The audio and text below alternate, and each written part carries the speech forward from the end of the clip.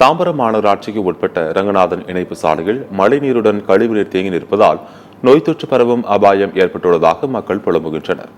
தாம்பரம் மாநகராட்சிக்கு உட்பட்ட 65வது வார்டு ரங்கநாதன் இணைப்பு சாலையில் 50க்கும் மேற்பட்ட குடும்பங்கள் வசித்து வருகின்றன. சென்னை புறநகர் பகுதிகளில் விட்டு பெய்த மழையால் அந்த சாலையில் 3 அடிக்கு மழை நீருடன் கழிவுநீர் தேங்கியுள்ளது. இதனால் அவ்வழியாக செல்வோர் தேங்கிய நீரில் நடந்து செல்லும் அவல நிலைக்கு தள்ளப்பட்டுள்ளனர்.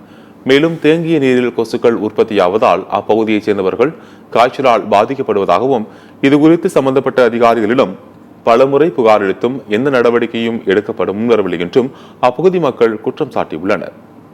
சாதாரண மழை பெஞ்சாலும் இங்க தண்ணி நிக்குது. இந்த தண்ணி போறதுக்கு வழி இல்லாதனால அப்படியே நிக்குது. இதுல எங்களால நடக்க கூட முடியல. அப்படி நடந்து போனாலும் கால் அரிப்பு, ஸ்கின் அலர்ஜி இந்த மாதிரி எல்லாம் வருது. இந்த மழை தண்ணியில அந்த சாணி கரைஞ்சு அதுவே பயங்கர ஸ்மெல்லா இருக்கு எங்களுக்கு. அதனால மூச்சு விட முடியல.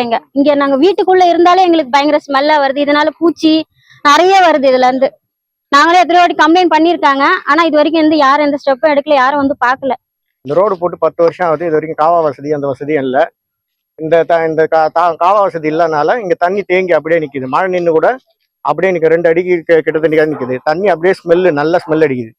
யாரும் போக முடியல. ஸ்கூல் போற பசங்க எல்லாம் வீண்டு வாரி அடிச்சுன்னு போறாங்க. கொஞ்சம் சாதாரண மழை பெஞ்சாலும் இங்க தண்ணி